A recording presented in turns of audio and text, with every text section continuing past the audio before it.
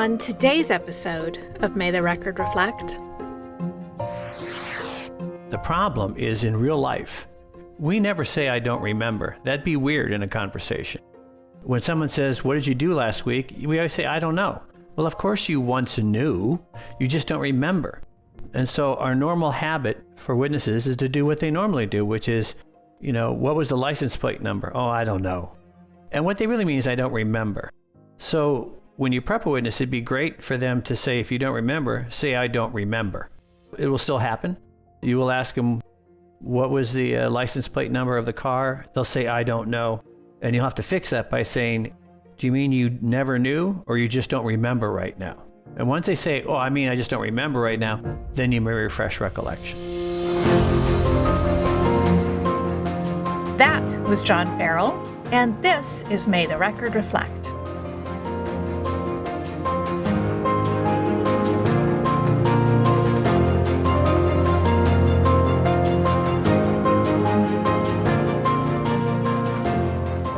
Hello and welcome to the monthly podcast of the National Institute for Trial Advocacy.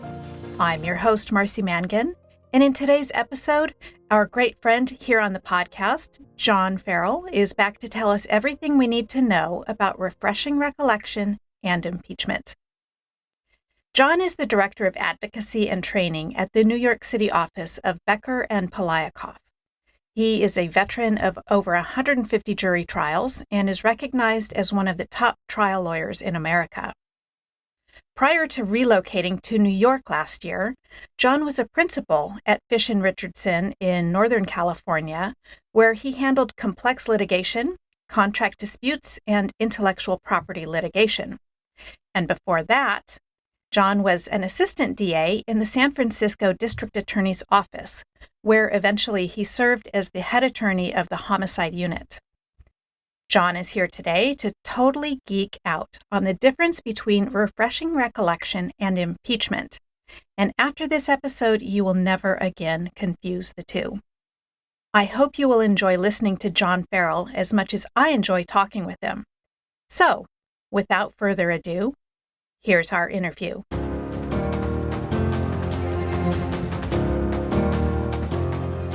So I am really pleased to welcome back a guest I had on last year, John Farrell, who came on board to talk about handling exhibits during depositions. John, welcome back. Thanks for having me back. Well, I had such a fun time recording with you. And as I recall last time, we had no more than finished up that conversation, and you said, hey, I'd like to do that again. And so here you are, and I'm so glad. I am too. It's going to be fun. Yeah. So this time we're going to be talking about refreshing recollection and impeachment. And as I understand it, there is sometimes a bit of confusion or maybe it's conflation of these two parts of trial. So I want to set the record straight. What is the difference between refreshing recollection and impeachment? Yes, I see them as mirror opposites of each other. The reason I like to talk about them together is that, first of all, they're two key skills for a trial lawyer. But one is really for your friends on direct examination to help them remember something they've forgotten. So your witness. Yes. Your friends, your witness, that's what refreshing is for in general. It's for your friends, your witness on direct. Impeachment is for the other side's witnesses when you're cross-examining them. So it's two different audiences, and they work completely differently. The conflating comes when people, that would be lawyers, tend to start doing their passive-aggressive attitude where they, on cross-examination, will say, well, let me see if I can refresh your recollection. And they're not really refreshing, they're just being nasty. That's not refreshing recollection, you're impeaching them. And you should not say, I'm refreshing your recollection, when you're in fact telling them they said something differently in the past. So refreshing really should be friendly for your witnesses to help them remember. Impeachment is taking the other side's witness down on cross-examination. So when you are refreshing recollection, I know that it is important to prep your witness never to say, I don't know, to a question during examination. why should they not say, I don't know, and what should they be prepped to say instead? And I'm sorry, that's a compound question.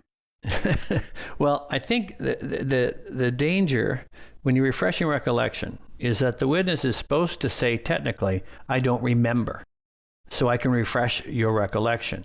If a witness says, I don't know, many judges will say, well, there's nothing to refresh, they simply don't know. So the problem is in real life, we never say, I don't remember. That'd be weird in a conversation. When someone says, what did you do last week? We always say, I don't know. Well, of course you once knew, you just don't remember. And so our normal habit for witnesses is to do what they normally do, which is, what was the license plate number? Oh, I don't know. And what they really mean is, I don't remember. So when you prep a witness, it'd be great for them to say, if you don't remember, say, I don't remember. It will still happen. You will ask them, what was the license plate number of the car? They'll say, I don't know.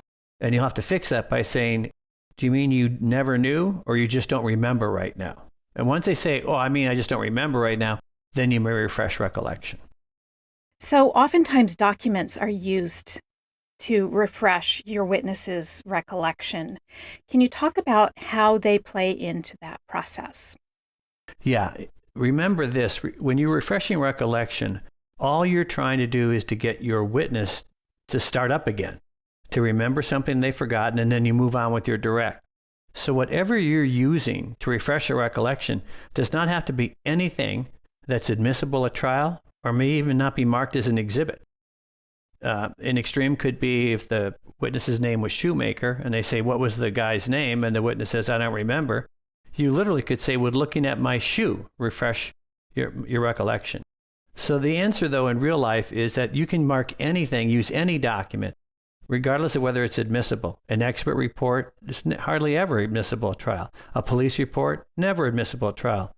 You can use any of those things. All you're doing is getting your witness to start talking again. That document's never coming into evidence.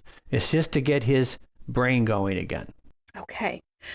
So I think that when you need to refresh your witness's recollection, it's pretty natural to say something like, would looking at the memorandum or the report help you remember? But you actually recommend avoiding that phrasing. Would looking at X help you remember? What's wrong with it? The way we ask the question is one of my pet peeves, and the lack of specific direction after you ask the question is another pet peeve. So let's go to this question. Would looking at your report refresh your recollection? The truthful answer to that is, I don't know. How can he say it will? How can the witness say it will when they don't know? And so the more technically precise question should be, might looking at your report refresh your recollection? Do you think you might be able to remember if you look at your report? Just give them yeah, might. That's the true answer. Because there's no way he's allowed under oath to say yes, because he doesn't know for sure. So I think the answer is, your first question should be, might looking at your report refresh your recollection? And they'll certainly say, sure, it might. That's all you have to do is start it. Okay, so pose it as a possibility then. So I think that it's always helpful to have language kind of tucked away in your back pocket so that when the time comes, you're not stumbling for words. So I thought that we might do a little demo about how you would refresh my recollection if I were your witness. Right. And remember, as we go through this, my big theme of refreshing recollection is that it's calm, it's no big deal, it's not a problem, there's no drama here. Oh, okay. Which is the reverse of impeachment when it is a problem and there is drama. This should be quick, simple, and calming to the witness who's upset because they forgot something. You need to let them know it's not a problem. So we can go through that script with that attitude in mind. Okay. Well, I think that you start it. So when was that monograph about AI dangers first published? I don't know. Now, when you say you don't know, do you mean you never knew or you just don't remember right now? Oh, I just mean that I don't remember. Okay, might looking at your expert report refresh your recollection as to the date of that publication? Oh, yes, I think it would. With the court's permission, I will hand you a copy of your expert report entitled Expert Report of Dr. Marcy Mangan on Infringement, dated March 9th, 2020. Opposing counsel has a copy. All right. That's easy enough. Well, except the problem now is what people will do is they'll just say, why don't you look at your report and tell me if that refreshes your recollection? And that's the big problem. And the reason that's a big problem is you're not helping me. I'm the witness. I'm a little upset. You've given me this massive report or a 12-page police report, and you say, look at it. I'll look at every single page. And remember, this should be pretty quick. And if I've forgotten something and you give me the book to look at, I'm going to look at the whole book. So the step now would be, after you've given the witness, the report, now you have to be specific. Tell them exactly where to look. Tell them exactly what you want them to read, and tell them why you are asking them to do that. So how you would do that would be, Professor Mangan, if you would look at page 84 of your expert report, the page entitled Documents Reviewed, go to the section entitled Monographs, and go to the third line down where it says the dangers of AI. I want you to look at that line. And as you read that line, know that my question is going to be, does that refresh your recollection as to the date of that publication? Okay? Okay. Yes. Then you look at it. And the next question is, does that refresh your recollection as to the date of the publication? Yes, it does. And what's the date? And then the witness says the date, and you move on. And you just, and that's how quickly it should be. I see this a lot with police officers. They forget the license plate number. They're given their 8-page report, and they're just told, look at their report and see if that refreshes your recollection. You're not telling them where to look and what recollection you need to refresh, not the whole recollection of life. It should simply be, here, take a look at your report, go to page 2, the section entitled License Plate Number. My question will be, does that refresh your recollection as to the license plate number? Just be very specific and very narrow on what they have to do then, because your witness is a little flustered, and you want them to make this easy for them. When they're flustered and you give them this entire report to look at, now you're making it too big a deal for them. And it sounds like you really need to know all of your documents really well in order to do that without hesitation or feeling flustered yourself. Right. And part of that lack of drama is when you have your direct examination outline and you have a question, right to the side of that would-be answer should be the source of that answer. So you can immediately pull the report up or the document up and do it simply and quickly and with no drama, with the attitude of this is not a big deal and we'll just move on after you remember. Other than that, you're making your witness look bad versus it's not a problem you forget something. That's all right. We all forget something, and you'll remember once you look at the pieces of paper. All right. So refreshing recollection is not a big deal, but impeachment is. So if you wouldn't mind refreshing my recollection, John, what exactly is the point of impeachment? What are we trying to accomplish here? Yeah, impeachment is a big deal. To do it right, it takes time. And the point of impeachment is you are calling this witness out in a very significant way.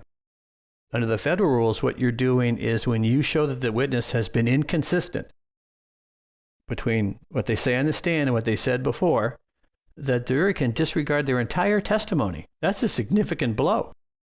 In some states like California, prior inconsistent statement comes in for the truth, that's the actual truth. So either way, it's a significant sanction for not telling the truth on the stand. And so it is a big deal. It's drama. The jurors see that there's a fight going on, and you have to be able to deliver. Because if you go through all this drama and you don't deliver, you've wasted a lot of time and most of your credibility. So today we're going to talk about two situations that call for impeachment by prior inconsistent statement. The first one is when the witness says something that differs from their prior statement. And then the second is when they've added something that was not in their prior statement, and that is called impeachment by omission. There are 6 steps to impeaching with an inconsistent statement. everybody loves a list. So we've got 6 steps. Yeah. What is step number 1, John? Yeah, the first step is you want to confront the witness with the truth. That is, you want to say, no, what you just said isn't right. This is the truth for 2 reasons. One, maybe they'll say, you're right, that is the truth, and we're done. But the other real reason is the jury is going to go, oh my gosh, there's a fight. So you want to confront the witness with the truth. That's the first step. Okay, so we've got 2 quick little demos to illustrate confronting the witness with the truth. And the first one is the demo where I'm going to take back my inconsistent statement. Okay. And so what happens is, you've testified either on direct or just now during cross that you did overhear a conversation. So my way of confronting you with this problem and confronting with the truth is I'll say, did you just say you overheard that conversation? I did. Well, that's not right. The truth is you were too far away to hear it, right? Oh. Wait a minute. Yes. Yeah. Sorry. You're right. I was too far away to hear it. Now, let's stop there. The reason this is the first big step is that, 10-20% of the time, the witness may say, whoop, you know what? I made a mistake. And now you're done. You don't have to go through any more impeachment. But more importantly, you have to be really clear to the jury and to the judge when you first say, did you just say A? Well, that's not right. The truth is B, right? And now I know that there's A is not true and B is the truth. And you're making that clear, and everyone knows there's a fight. And sometimes a witness will say, you know what, I misstepped. I made a mistake there. You're right. B is the truth. And that can happen. But you got to give them that chance. That's how I look at it. And again, I believe the tone should be not that you're reveling in embarrassing this witness, but that you'd rather you didn't have to. In other words, I don't think you should say, did you just say with that kind of tone? It should be, did you say? And I think the verb is say, not did you testify. Testifying is a good thing. Claim, pulling your story is, that's too far. That's too argumentative. Did you just say that you overheard the conversation? Yeah, I said that. Well, that's not right. The truth is, you didn't overhear it. You were too far away, right? I was. And that's what will happen in the first step. Maybe. But the first step is to confront, you just said A, that's not right, the truth is B.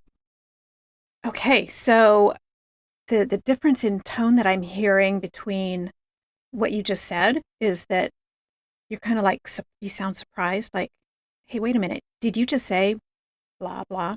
Yeah, I don't think it's puzzled. I always think I'm disappointed. That's how I'd put it. I'm not shaming you. I'm just disappointed. Did you just say that you overheard the conversation? Because I want the jury to understand that I'm not puzzled. I know what the truth is, but I don't have to be yelling or being mean about it. And also, remember, I want this witness to agree with me so I can just stop early. If I just decide to yell at the witness and have an attitude toward them, they're unlikely to agree with me. So my view is more like I'm sort of disappointed. Did you just say that you overheard their conversation? Yeah, I did. Well, that's not right. The truth is you didn't overhear it. You're too far away. That's how I'd like to phrase it, like, you're disappointing me. Okay.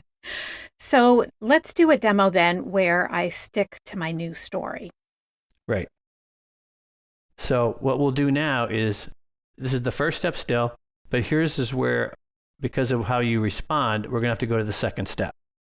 So did I just hear you say that you overheard the conversation? I did. Well, that's not right. The truth is you were too far away to hear it, correct? No, I overheard the conversation. Okay, so now we have to go to step 2, because the witness is you're sticking to your guns. And the second step now is, okay, I need to mention out loud to the judge and the jury what that prior statement is, the source of where I got the you were too far away statement comes from. I got to mention the prior statement now. Okay. And step 3? When the step 3 then is, after I mentioned the prior statement, I'm going to, what I call, cool up that prior statement. I want to make it seem more cool, more interesting, and more believable than the trial testimony. I'm going to spend some time cooling up the statement. Okay. What about step 4? Well, now step 4 is after I have mentioned the prior statement, whether it's a police report, a deposition is a common one for us in civil practice. Once I mentioned it, then I've cooled up the conditions of that deposition. The next step is I'm going to have the witness identify that statement or that prior statement. For example, it would be turn to your tab 1 in your binder. That's a copy of your deposition transcript, right? Or turn to tab 2. That's your police report, right, officer? I'm going to have him confirm that that's, in fact, my depo transcript. So they're going to confirm it. Okay, so identify the statement, which takes us to step number 5. Yeah, now the problem with why are we doing step 5? Remember, at the very beginning, I had a hold of this fight. I overheard the conversation. No, you didn't. That was the fight. Now I had spent some time mentioning the deposition. I spent a lot of time explaining what the deposition is and how cool it is and how believable it is. Then I spent some time having you turn in your binder and stuff, and it's all great, except the jury's forgotten what the fight's all about. And so has the judge. They sensed there was a fight, but it's been a while. Now what you do is you state again what the truth is. So after you do all this, like that's your depo transcript? Yes, it is. That's your police report? Yes, it is. The truth is you were too far away to hear the conversation, correct? And the reason I want to do that is because, guess what? In my experience, 30 to 40% of the time, the witness, now knowing you got the prior statement, goes, oops, you know what? You're right, I did. That's true. They might take it back. So I first want to give them a chance, one more chance to take it back. And again, the tone shouldn't be sneering or, you're enjoying this. It's more like, come on, man. The idea the truth is you were too far away to hear the conversation, right? And that's the hope. And if they say, you know what, you're right, or you know what, that might be right, I'm done. But if the witness sticks to their guns and says, well, I'm sorry, I overheard the conversation, now you go to the final step. Okay, so step number 6 then. Which is now you'll read that portion of the prior statement and follow with did I read that correctly? In other words, you announce to the judge what you want to do ahead of time, and she has to give you permission. So you have to include the judge. Your Honor, page 14 of the depo transcript, lines 3 through 5. And you pause for the judge to say, you may go proceed. Which is kind of cool, by the way, because the judge is now part of the whole drama. But the judge has to say it's okay because you're reading into the record an out-of-court hearsay statement. So she's got to approve that. So what you do is you announce that, and then you will simply read, question, did you hear the conversation? Your answer, no, I was too far away to hear the conversation. Did I read that correctly? That's step 6. That's all you got to do. So we actually have a little demo that puts all 6 of these steps into play so people can listen and track those steps. Right, and you'll see how long this takes. And the reason I say that is because, as we'll talk about later, you have to decide, is it worth this much time?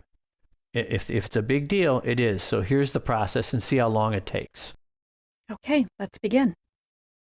Did you just say that you overheard the conversation? Yes.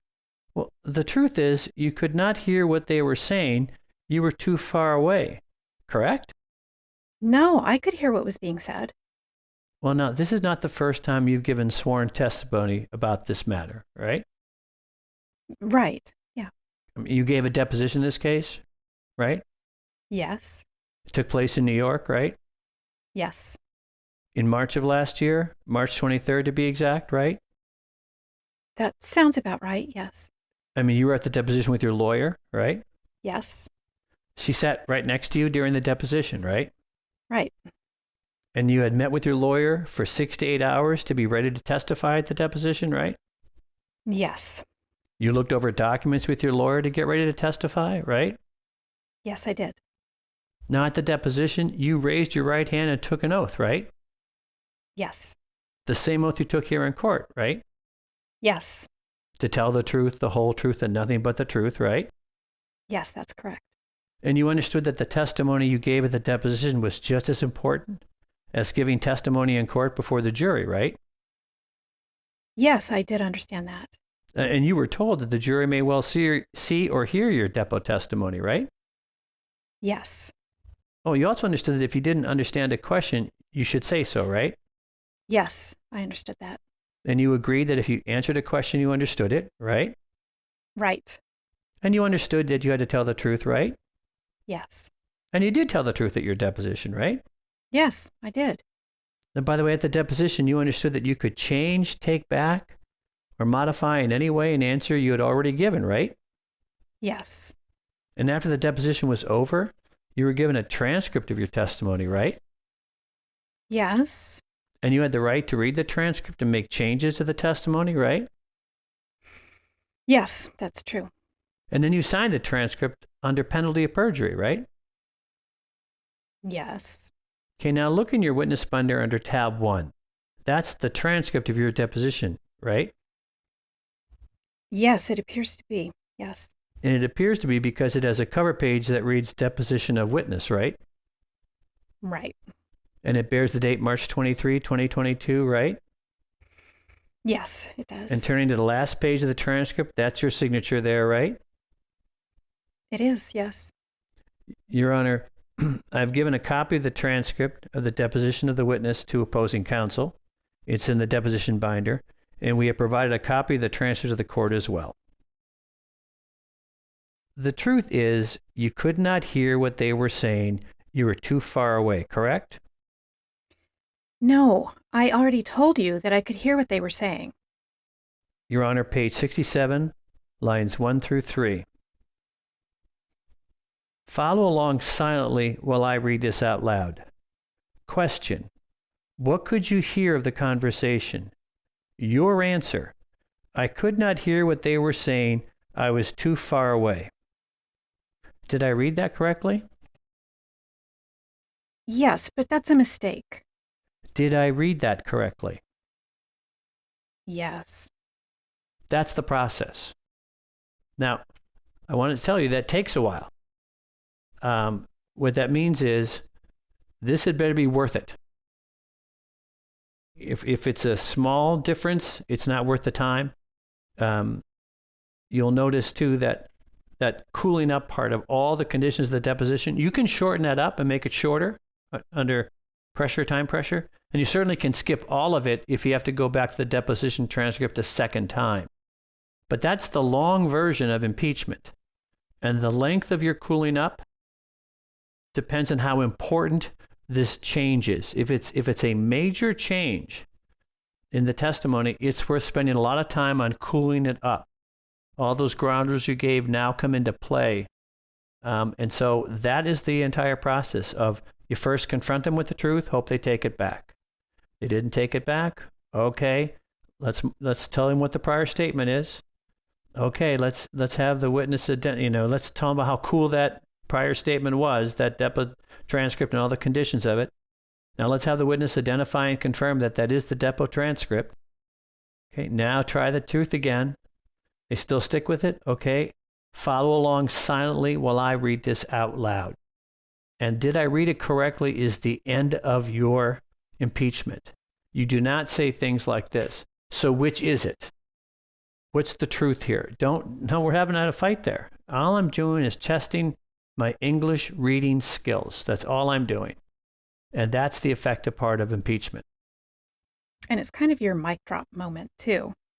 It is. And the danger, by the way, if you have to impeach, oftentimes it's because you're doing a cross and you expected them to say B, but they said A. And so you go through all this impeachment and it feels so good, like you said, a mic drop.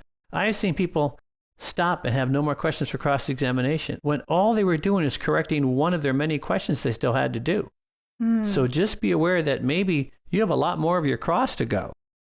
That was just one question that you had to correct. And so I have seen in real life somebody on the fourth question of their cross, they have to impeach, and it feels so good, they have no more questions except for the 25 pages of which they still had in their outline. Oh, no. So just be aware that I was just trying to get you back on course by impeaching you to get back to B. And now we keep moving on. keep moving on. Don't forget to keep moving on. Yeah, exactly. Because it feels really good. Yeah, I bet it does. And because it feels so good, I think for us as lawyers, you have to remember when you're cross-examining, your adrenaline level is very high. What you think is not aggressive is really aggressive. And I think your tone should be always one of disappointment. You're completely under control, and you just want them to take it back. You will embarrass them if you have to, but you'd rather not. That should be your tone. Because when I do embarrass you, it's not like I'm reveling in it. You made me. And I think jurors can hear that better than the lawyer just acting so puffy. Now, I will say this too. Impeachment does take time. So lawyers have tried to figure out a way to impeach without doing it correctly. I had a federal judge come up to me at an event, and she explained to me, federal judge, that she doesn't understand where people learned how to impeach, because what she was seeing was things like this. The witness on the stand says A. Says that the car was red. And she said, what the lawyers do, they go, well, that's not what you said in your deposition, and they move on. You can't do that. If you're going to impeach, you have to do this. If you think it's not worth the time, then skip it. That's what I'm trying to say. But if you're going to impeach, judges expect this process, and they have to be included in it, and they have to give their approval. And you should want that too. Remember, the jurors don't like you. They don't like any lawyer. But this judge, they think she's the bomb. This is the parent we've all wanted, this judge, the mom or dad. And so if the judge is on your side, that's a big deal. And can you imagine? She's always being neutral. And when you're impeaching, after you say, that's your deposition transcript? Yes, it is. Your Honor, counsel has a copy of the transcript, and we're handing a copy up to the judge. And the jurors see that? And the jurors see the judge getting involved? And they see the judge turning to that page 63? And when you say, Your Honor, page 63, lines 1 through 3, and she says, you may proceed, they hear the judge is approving what you're doing too. Mm. And I want you to know, there are times, judges don't get mad hardly ever, but they really don't like lying in their courtroom. They can't stand it. And I've seen a judge, when the lawyer said, Your Honor, page 63, lines 1 through 3, clearly this witness had changed their testimony dramatically. And the other side says, objection, improper impeachment. The judge said this, that is so overruled. I mean, that's not a bad thing to have happen for you. And that's the other reason you have to announce to the judge what you're going to do before you do it. The other side has a right to object. It'll get overruled, but they have a right to object. And I want them to object, so it gets overruled. So that's the key about impeachment. When they change their testimony, this is the process. You can shorten it up some, but it's going to take a while. All right, duly noted. Okay, so the second type of impeachment that I mentioned before is impeachment by omission, when the witness has added a new key fact that they didn't mention in their prior statement. What do we need to know about impeaching a witness? Is it for omission or by omission? I don't know what the... Yeah, and this is trickier, number one, and number two, it's more common. In my experience, it's rare that a witness changes from red to blue, yes to no, fast to slow. What they tend to do is add something. They're lying by adding. The challenge, though, is how can I effectively impeach somebody when they have added something? Now, to be honest with you, with depositions, it's going to be very difficult to impeach by omission with a depo transcript. First of all, it may be you just didn't ask them that question, so they have the freedom to add something. But even if, for example, you had in your depo list all the reasons why you fired them, and they listed them all, and you said anything else, they said nothing else, that's the whole list. Even if you have that on page 14 of your transcript, you hand a 240-page transcript up to that witness, they're going to get to look through it all to see if their answer is somewhere in there. So I think usually impeachment by omission is usually a statement the witness has given, a police report that was written, some some smaller document that's manageable. And what you have to do is, the only difference now is your cool up part has to be, if this fact were true that they added, you would have put it in this prior document. If this fact were true, you would have said that. And that is the challenge. So what happens is, let's take an example where a police officer suddenly adds a fact of, the defendant confessed to him on the drive back. Yeah, you know what? He told me he was just trying to kidnap the kid. And that's nowhere near in his report. That's a big thing.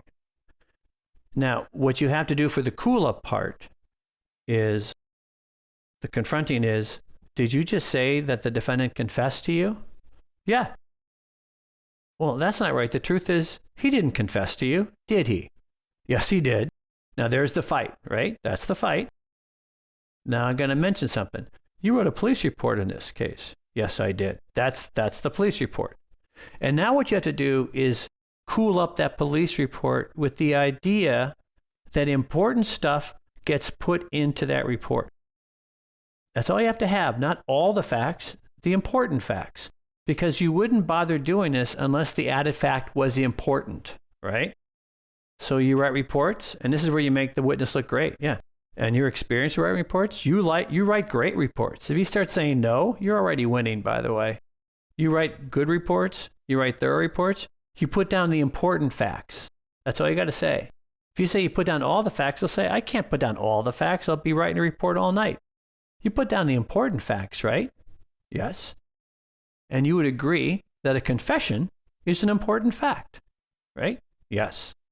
Now that's the cool up part. Well, what do I do though? And then I'll sort of say, now this is a copy of your police report? Yep. And you can see that because that's your signature on the first page? Yes. Okay. And Your Honor, the prosecutor has a copy of the police report. Your Honor, I'm going to give you a copy of the police report. So everything's going the same, but you can't follow along silently while I read out loud because there's nothing to read. So what do? Well, this is where you give the report to that witness and you say, I want you to go through the report and stop when you get to the word confession. Stop when you get to the word scar, whatever the added word is. And they will go through the whole report. I've seen this, hoping it magically will appear. And then they'll look up after a painful 30 or 40 seconds. And they'll go, it's not in there. And then you say, that's right, it's not in there, correct? And that's your impeachment. And the short answer is that really will not work with depots, but it will work with short reports, statements the witness has signed, things like that. If a witness wrote out a statement or signed a statement, adopted as their own, that is when it works. And you have to be able to do that because I do think people add things much more than change. It's interesting. Well, I think that the language that you just provided in the demo you did is also very helpful too. Well, I think the what I've always liked is I don't like it when this is where you're trying to, this witness has lied significantly. You wouldn't bother doing this if it wasn't a really big lie, right? If it was a small lie, who cares? But you're only doing this because this is a big deal. And now I think you have to make the witness feel uncomfortable without you being a jerk about it. I've seen lawyers say, and there's no mention of a confession in the report. Well, that's you. I guess. I want to make this more awkward for them. I want to hand that report to them and say, I want you to go through the report and stop when you get to the word confession. Now, there are two ways they're going to react to that. One is they'll say it's not in there without ever looking, which means they knew it wasn't in there. But most of them actually will page through it, hoping that the magic ink will magically appear. And then they'll look up and go, it's not in there. And that's your impeachment by omission. And I think jurors find that telling, by the way. And remember, if you impeach correctly, whether it's because they changed their story or by omission, I practiced law in California forever. I used to love the fact that under state law, that prior statement comes in for the truth of the matter. And I was annoyed that in federal law in most states, it just comes in to affect the credibility of the witness. I thought, well, that's lame.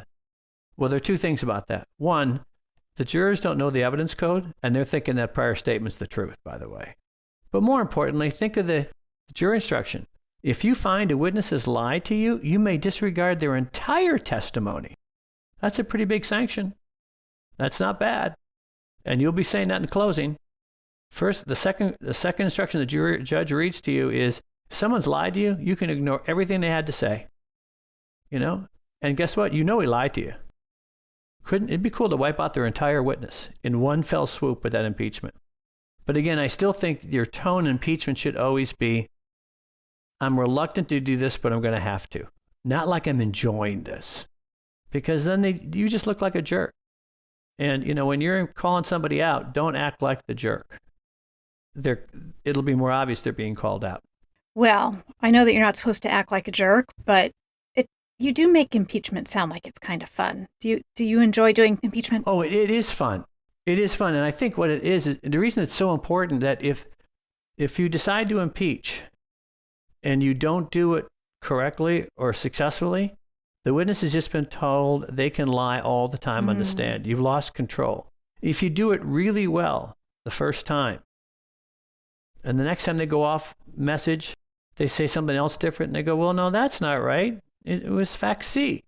And they go, I don't think so. Let's go to your depot transcript. They'll go, okay, fine, it was C. Because they don't want to go through that again. So I think it's an important tool. And one thing jurors do like about it, it's a fight. And they're bored. They've been bored this whole trial. And suddenly they go, well, that's not right. The truth is B. They're going, fight. Oh my God, fight. Did you hear? Wake up, fight. We got to fight. They like fights. And so I think it's something they find memorable. But then there are a couple of thoughts I have after we've gone through the mechanics about impeachment in general. Well, we are almost to our sign-off questions. So before we move on to that, is there anything else that you want to add that we did not cover? Yeah, I think the number one thing is ask yourself whether it is worth impeaching. Just because you can, it may not be worth it.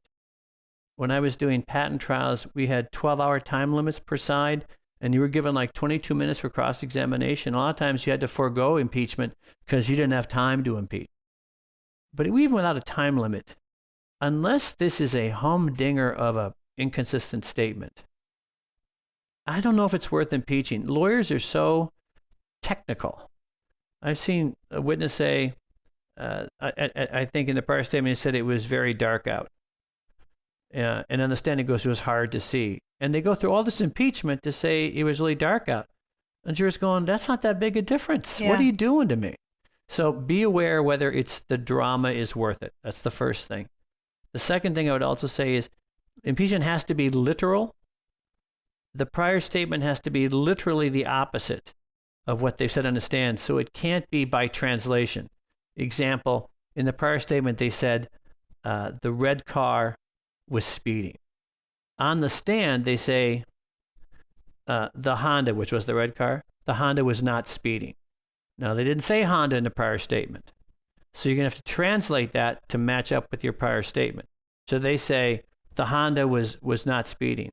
Did you say the Honda was not speeding? Yeah. Now, the Honda was the red car, right? Yes. Well, the truth is the red car was speeding. Now you've converted it to word for word. And judges find it very frustrating. You can't impeach by implication. It's a literal process. So just be aware of that as well.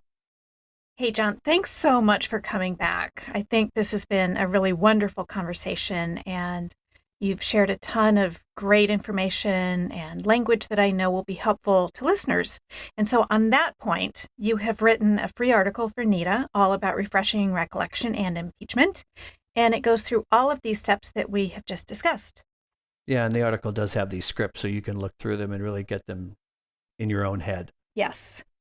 So sign-off questions. You have mentioned California, but now you're in New York City. So you've recently relocated, yes, which I think is a very exciting midlife move.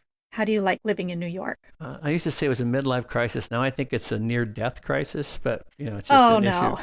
But I do like it. I think it's important to always have change. And when you get too comfortable, I love California. I love the weather there.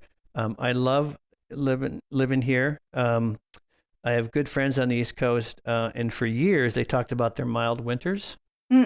That's a lie. And this winter was the most miserable, cold, and snowy winter they've had in 20 years. So I take credit for that. But now that it's spring and it's lovely outside, I'm enjoying it. I love New York City. I just love it. What are some of your favorite things to see and do there? Well, I think, in not the order, I love all the museums. I really love all the bookstores. It's my own addiction is books. And you have McNally, Jackson, Strand, Three Corners, Argosy. You have other amazing bookstores everywhere, independent bookstores. So it's the museums, it's the bookstores, it's Broadway. I go to a lot of Broadway plays. I tend to go to the really depressing ones, but I go to a lot of Broadway plays. And then I love Central Park. When I first got here, I got off my bucket list. I played softball in Central Park, and you're sitting there on a baseball field, and it could be anywhere. It could be in Kansas or Massachusetts, and you're playing regular baseball field, and you look up, and there are these massive skyscrapers all around you, and it was just very cool. So that's what I love all of that stuff. And you can walk everywhere. This time of year is so beautiful to be in New York, too. Yes. I will be complaining in August, though. I'll be complaining when it gets to be August. But for right now, just walking around outside. And what I do like about New York, which if you don't live here, you may find it hard. It's amazing how friendly and kind people are walking around New York. If you pause for just a second in New York City, someone will stop and say, do you need some help on where to go? But more importantly, when it gets nice like this and everyone's outside, everyone's just happy. Everyone is just so thrilled it's not miserable anymore, that they're actually very happy. The mood is contagious. It is contagious. Tourists have got to walk faster. That drives me nuts. But other than that, it's a wonderful place. Yeah, I have to say I'm jealous. It's fun. It's fun. It's a big change, but I like it. So what have you been watching on TV lately? Well, my favorite show, almost of all time, Shrinking. Of course, it's over now, but I guess it'll have another season. I'm starting to watch Beef on Netflix. It's in the second season. It's sort of depressing, but sort of funny too. It's about married couples having challenges, which is why it's called Beef. They're having beefs, but that's what I've been watching a lot on TV. Although, given that I walk around in New York too much, I'm not watching as much TV as I used to, which is probably a good thing. Yes, it is. Well, thank you so much for spending time with us again. This has been wonderful, and you are the master, as always. Not sure about that, but I do like talking with you, and it's a lot of fun. And I love Nita. All right. Well, we love you too. Thanks, John. Thank you.